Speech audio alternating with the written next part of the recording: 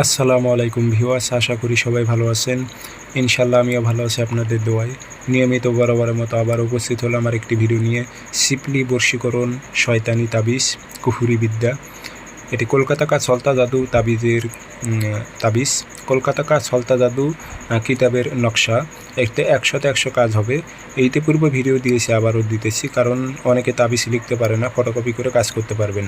আর নিয়মগুলো অসংখ্য দেওয়া আছে, অসংখ্য নিয়মে কাজ করা যায়। এজন্য একটা ভিডিও বারবার পড়তেছে চ্যানেলে এবং বারবার দিতেছি, সবাই নজরে যেন পড়ে এবং সবাই যেন কাজগুলো করতে পারে। তো এগুলোর মধ্যে কোনো প্রকারে ভুল নেই। সিপলি অর্থাৎ সিপলির অর্থ হচ্ছে শয়তানি বিদ্যা। আর এগুলো শয়তানি বিদ্যা মানে কুফুরি বিদ্যা। এগুলো 100-100 কাজ হবে। যে নারীর উপর প্রয়োগ করবেন ওই নারীটা পাগল হয়ে যাবে। ওই নারীটা যদি কাছে না আসতে পারে, কোনো প্রকারে যদি বাধা থাকে, সে নারীটি পাগল উন্মত্ত হয়ে যাবে আপনার জন্য। তো এটি যে কোনো নারীর উপর প্রয়োগ করতে পারবেন। নারীটি আপনার সাথে পাগল হয়ে যাবে আপনার কাছে আসার জন্য এবং আপনার সাথে মেলামেশা করার জন্য ছটফট করতে থাকবে।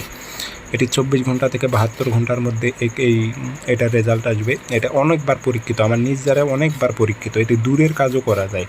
তো কাজটি কীভাবে করবেন বিস্তারিত সব কিছু বলে দেবো। ভিডিওটি শুরু থেকে শেষ পর্যন্ত দেখবেন, চ্যানেলটি সাবস্ক্রাইব করে রাখবেন।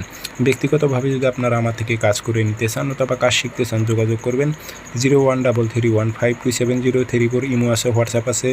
যারা কাজ শিখবেন অথবা কাজ করে নেবেন যোগাযোগ করবেন। আর অসংখ্য ভিডিও আমার কপি হয়েছে, সেগুলো থেকে সাবধান, প্রতারিত হবেন না। নাম্বার চেঞ্জ করে দিয়েছে তারা।